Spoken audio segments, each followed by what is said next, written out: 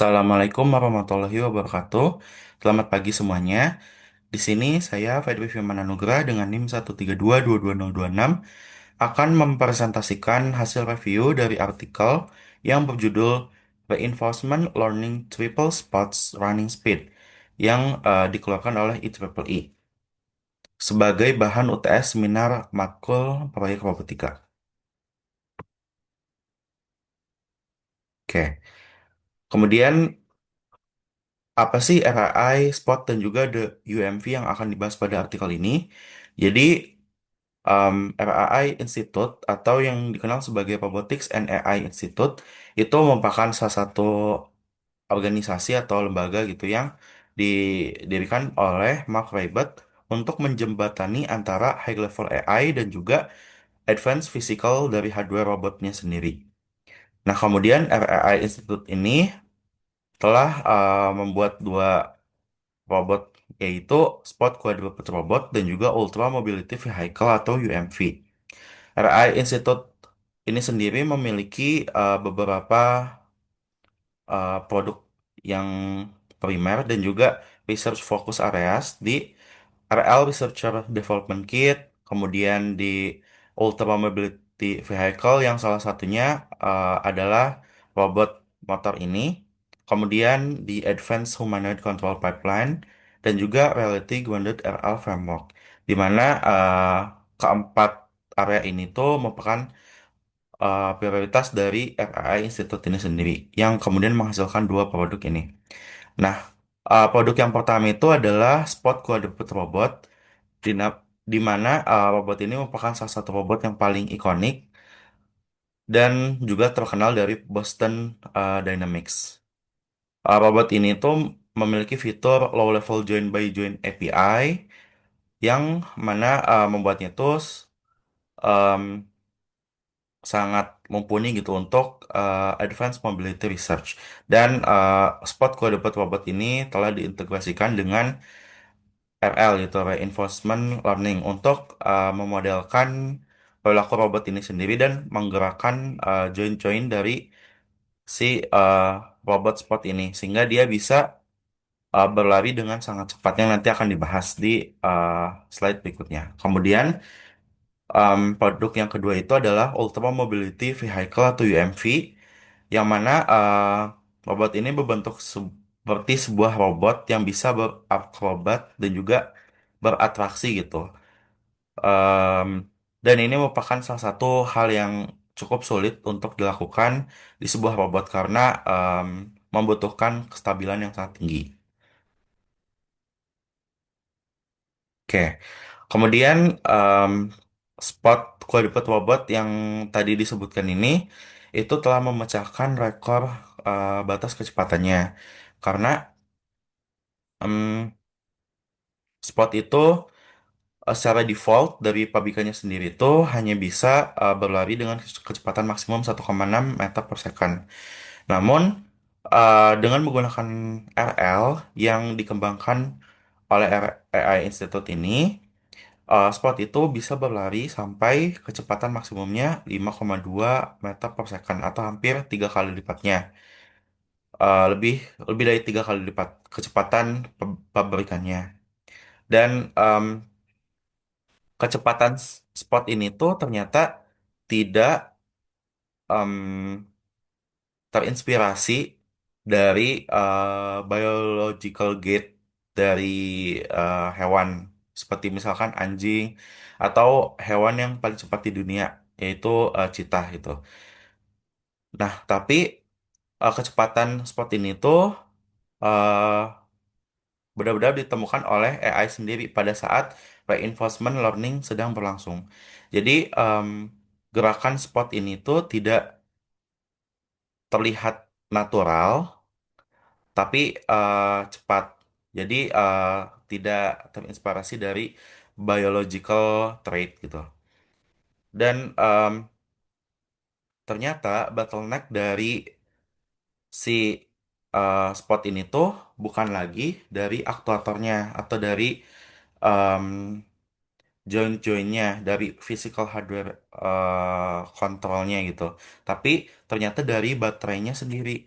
Sehingga ini merupakan suatu terobosan di mana RL ini dapat em, memecahkan limitasi dari si aktuator ini. Yang mana sekarang bottleneck itu dari baterai atau power storage-nya. Oke, di sini juga ada em, foto di mana Spots itu sedang berlari dan juga race walking. Oke. Kemudian the science behind the search.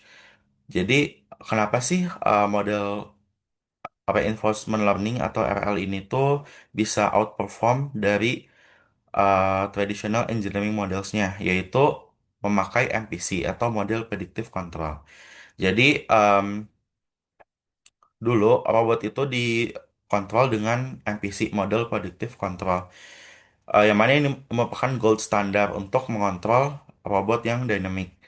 Nah, ini tuh sangat bergantung dengan human engineered dan juga dengan mathematical modelsnya. Jadi, robot-robot ini di hard code untuk melakukan em, task yang spesifik. Misalkan, contohnya adalah berlari. Nah, ketika robot itu diprogram untuk berlari, maka robot itu sangat em, mengandalkan perhitungan matematisnya gitu. Apa sih yang akan dia lakukan misalkan setelah step pertama?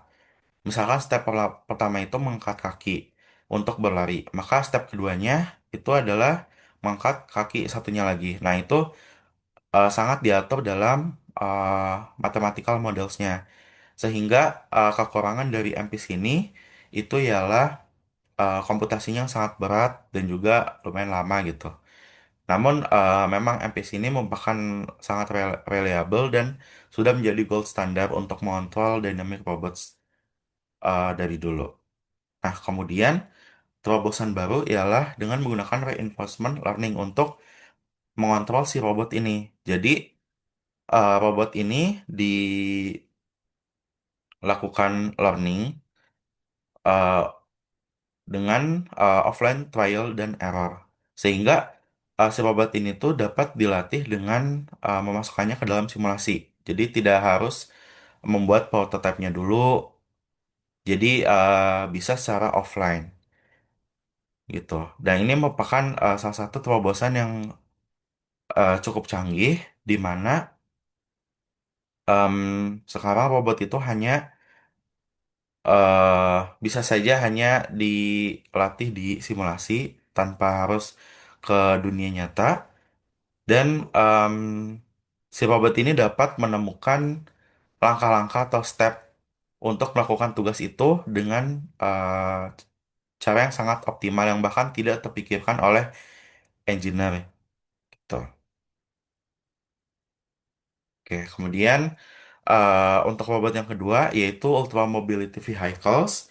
Jadi RRI ini membuat robot UMV yang juga di-apply RL atau Reinforcement Learning Pipeline-nya untuk melatih si robot ini bisa menguasai dinamik-dinamik yang sangat tidak stabil itu, misalkan loncat atau mundur ke belakang dan sebagainya. Nah, di sini si UMV ini itu bisa melakukan hal-hal seperti yang biasa dilakukan oleh akrobatik, yang mana ini tuh sangat-sangat tidak stabil jika kita ingin mengontrol suatu robot untuk melakukan tugas itu. Namun dengan RL, robot-robot ini dapat memikirkan stat-stat yang bisa dia tempuh untuk melakukan hal tersebut. Yang mana tadi sudah disebutkan hal ini bisa tidak terpikirkan oleh engineer gitu karena sangat sulit. Kemudian expanding the horizon yaitu humanoids. Jadi RAI Institute ini mm, memiliki masa depan dengan mencoba merambat ke ranah humanoids, robot humanoids. Jadi RAI ini juga memiliki formal partnership dengan Boston Dynamics untuk mengembangkan humanoid bernama Atlas itu yang bisa mengerjakan skill-skill yang general. Kemudian RL ini juga itu sudah mendominasi lokomosi gitu, gerakan-gerakan lokomosi.